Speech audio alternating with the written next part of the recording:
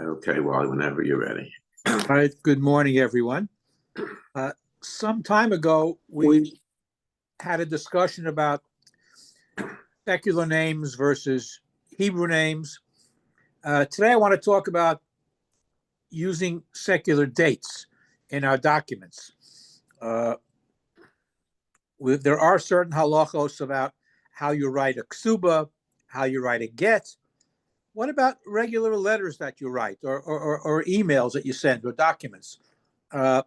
Is there a halakhic consideration concerning using secular dates or the Hebrew date? And there's a lot of discussion in the Gemara, as you'd expect, about how you date certain types of documents. And apparently, in the time of the Mishnah and the Gemara, there were different types of dates that were being used. At one time, documents were based on Yetzias Mitzrayim, how many years since we left Mitzrayim. In other times, it was based on how many years of the Greek Empire. You also had the Seleucidian Empire, which came after Alexander the Great. That's called Minyan Hashtaros, which was about 312 BCE was year one, which complicate things a little bit. When does the year begin? Tishrei, of course, is the beginning of Rosh Hashanah. The Gemara talks about Gittin being written based on the current ruler because of Shalom Malchus. That's another consideration thrown in.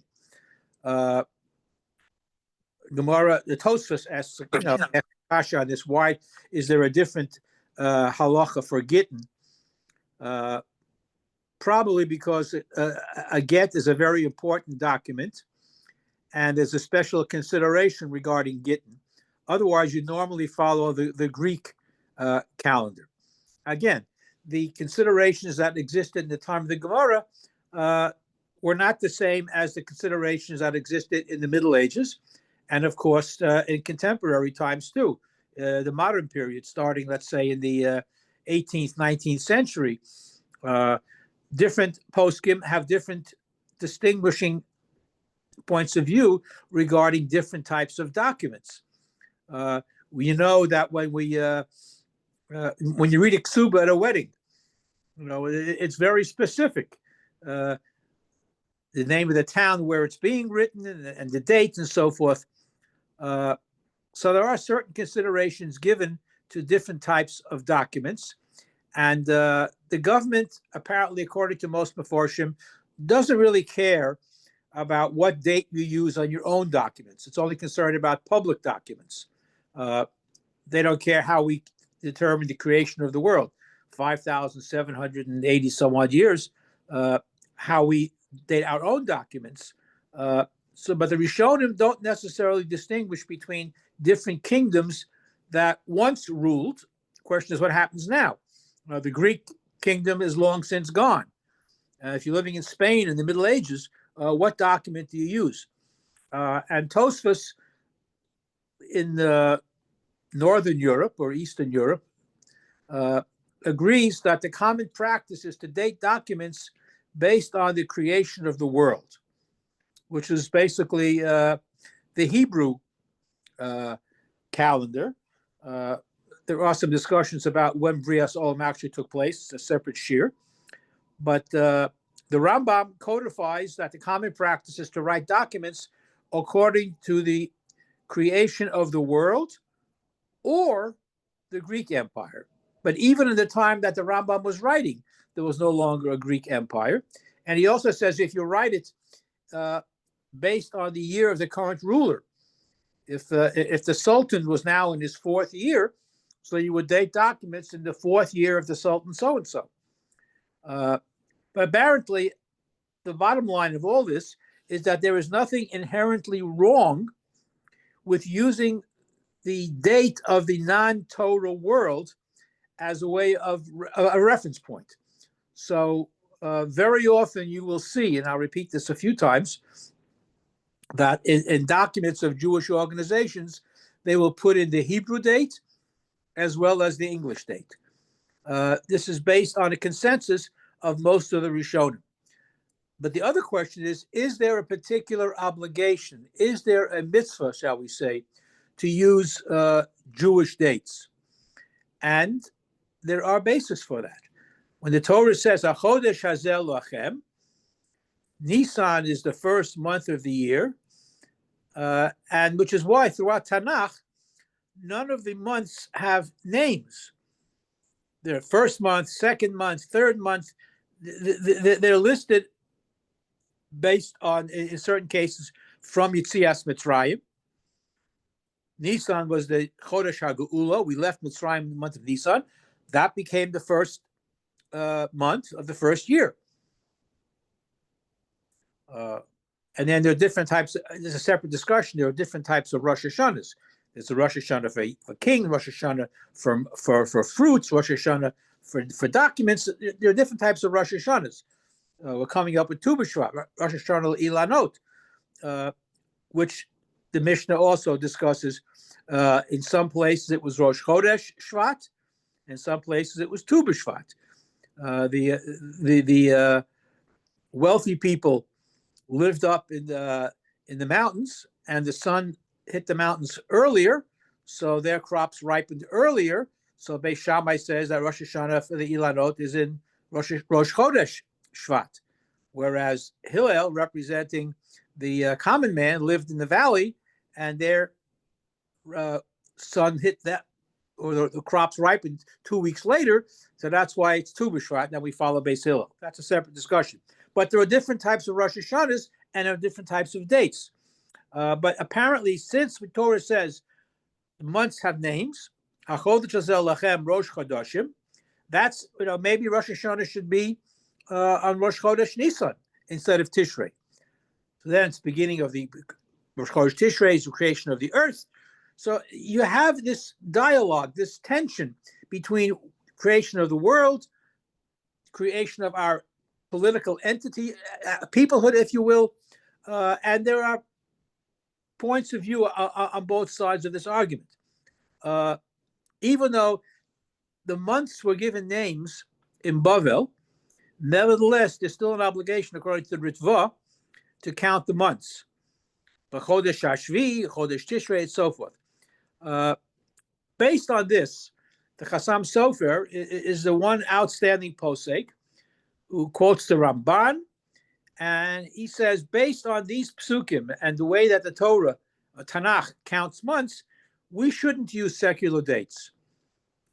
He's of the opinion that we should only use Hebrew dates. And again, if you look in the responsa literature, even as late as Rabbi Moshe Feinstein, it's all dated based on the Hebrew calendar. When we have to, if you want to figure out when a certain tshuva was written, you have to do the mathematics to figure out the English date, but they're all written using the Hebrew dates. We don't necessarily follow this opinion, but it is the Chassam Sofer's opinion according to Ramban. The Minchas Chinuch raises the issue that unlike the Rambam, no other Rishonim list counting the months as a mitzvah. And most Rishonim disagree with the Ramban's premise. So there's a legitimate rabbinical authority to use secular dates. Which secular date we'll come to in a moment.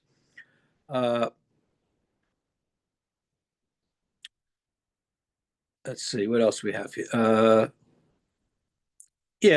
There are a few, the Pri Megadim and the Kitzur Shulchan Aruch quote the Ramban that it's preferable to write the secular date using January, February, for example, not necessarily as a number the way you do in Tanakh.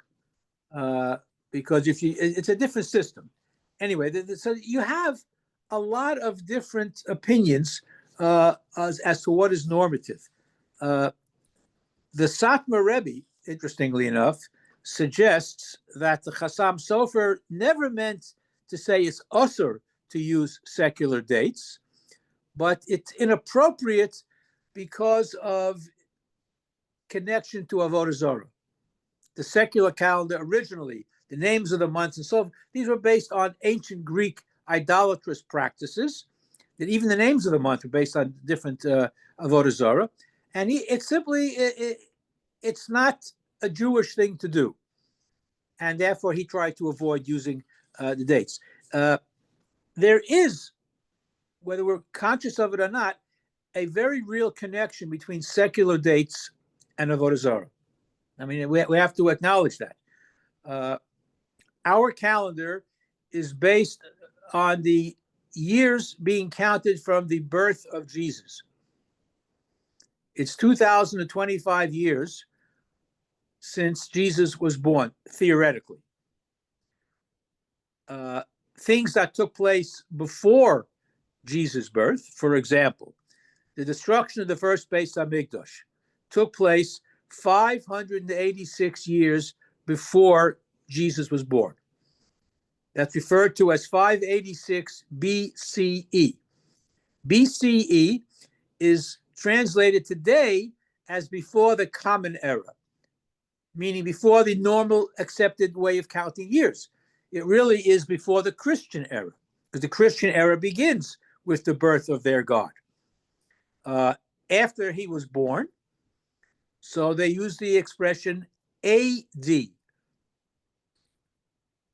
This is the year 2025 AD. You'll see that in many documents, and AD is Latin for Anno Domini, the year of our Lord.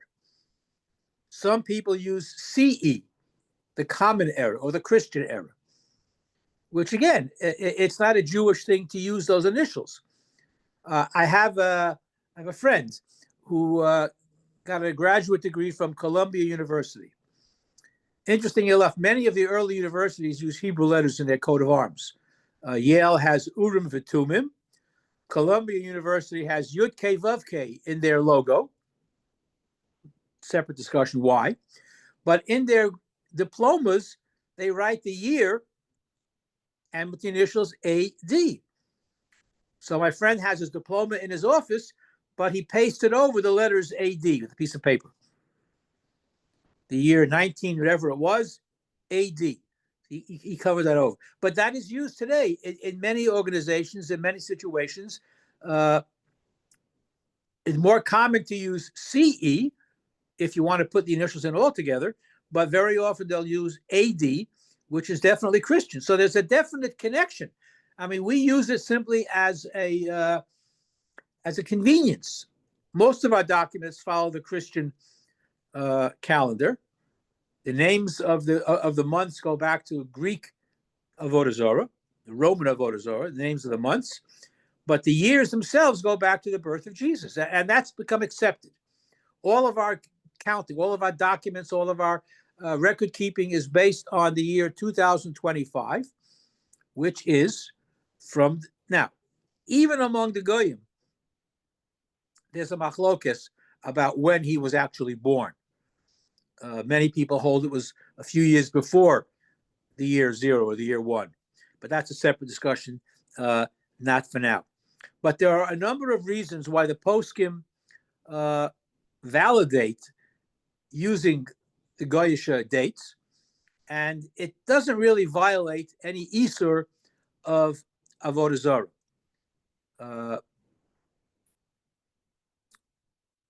Again, today, most people may not even be aware of the connection between the dates and Christianity or earlier Avodah Zarah.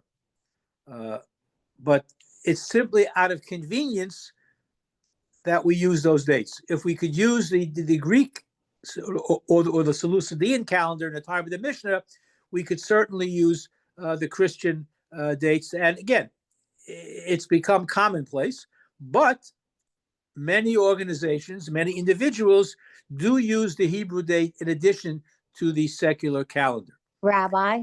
Yes. Question.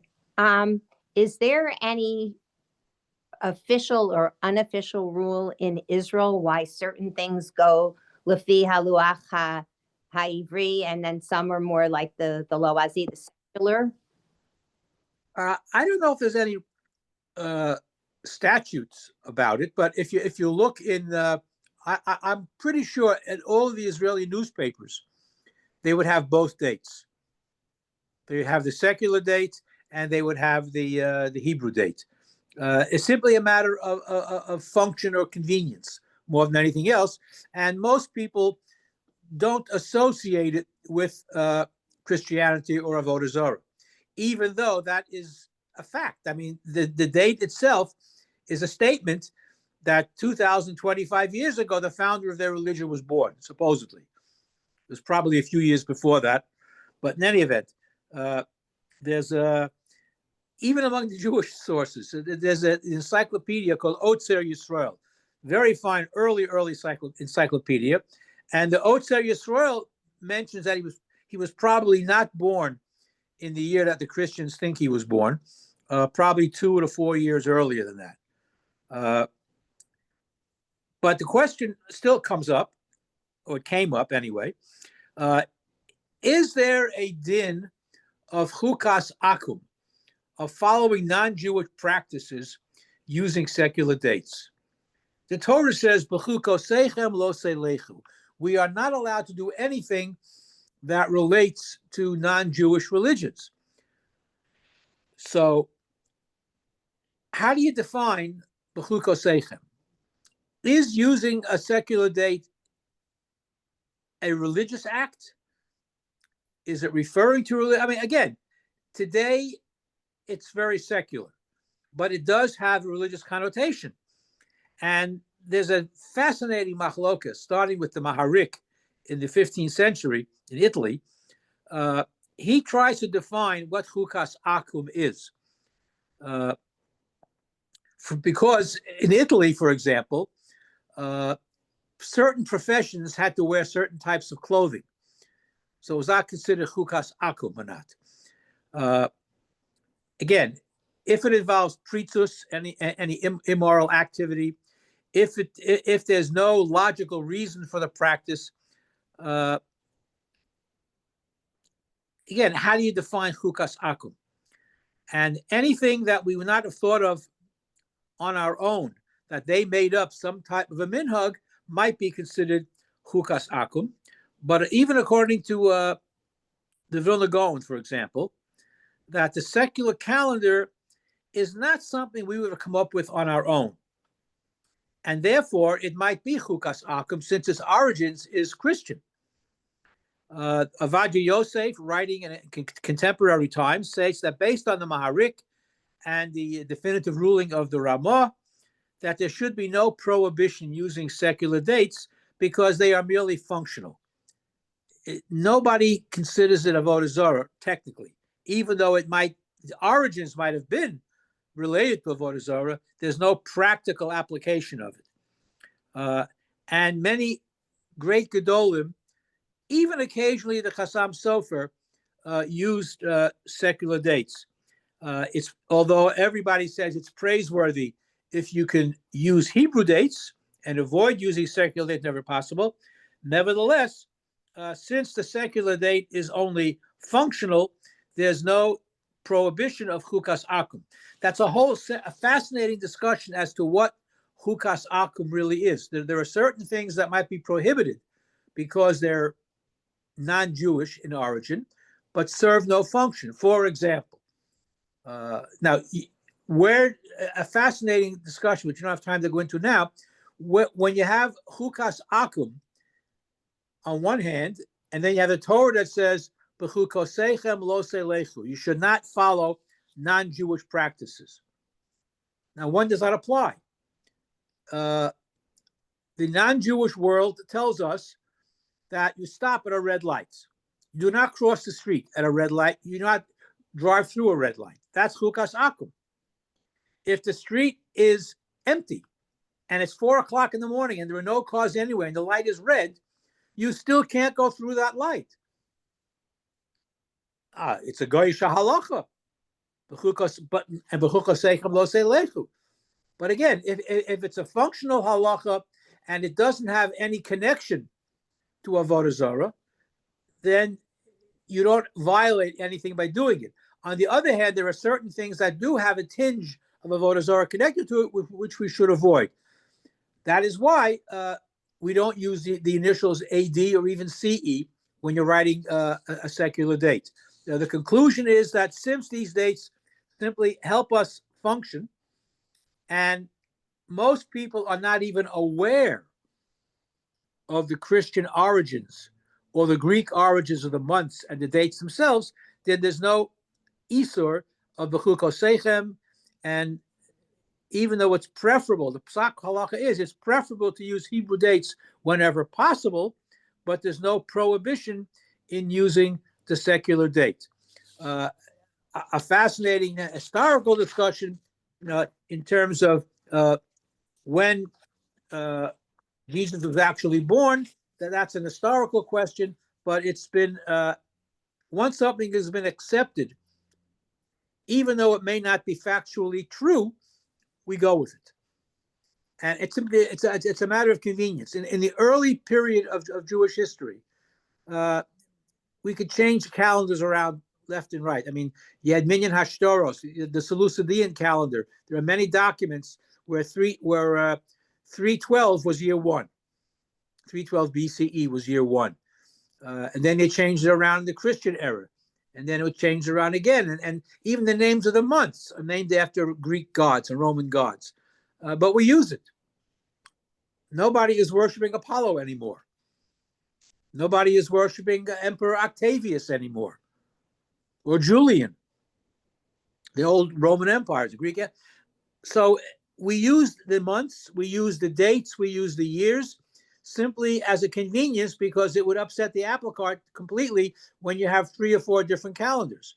Different religions do have different calendars. The Chinese, the Buddhists just initiated the year of the snake. It's a different counting. And then the certain different sects have other ways of counting it. We keep our count of the years since Brias HaOlam, and we use it on our documents. We use it whenever possible, and we use English dates simply as a convenience, and there's no Isur, even though it's preferable whenever possible not to use it, but simply it would cause too much confusion to have too many different calendrical systems. So in the same way that we have non-Jewish names, and you also had Greek names, many Rabbanim in the Gemara, in the Mishnah had Greek names.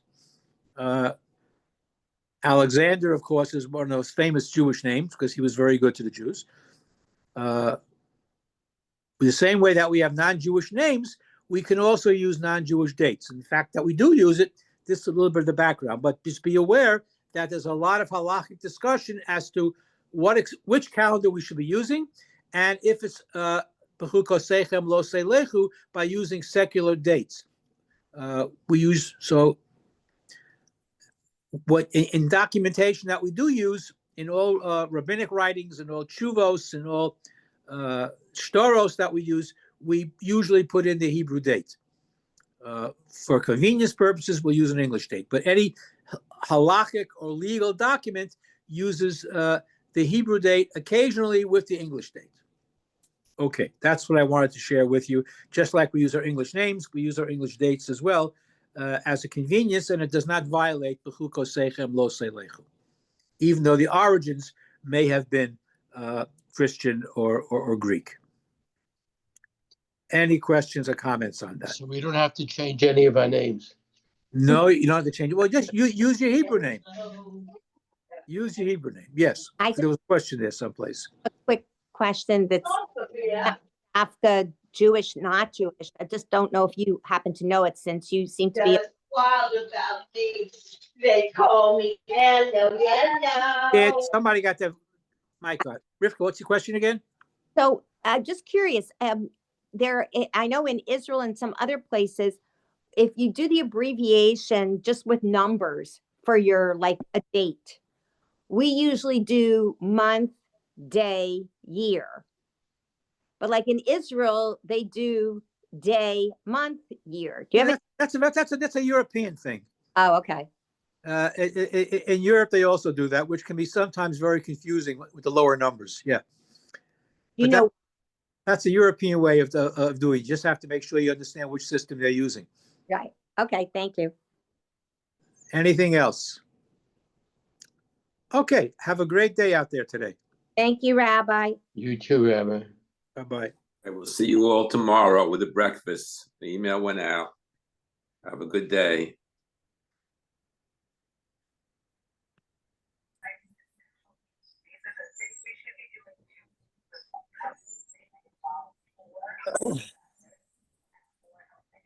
Hey, I guess.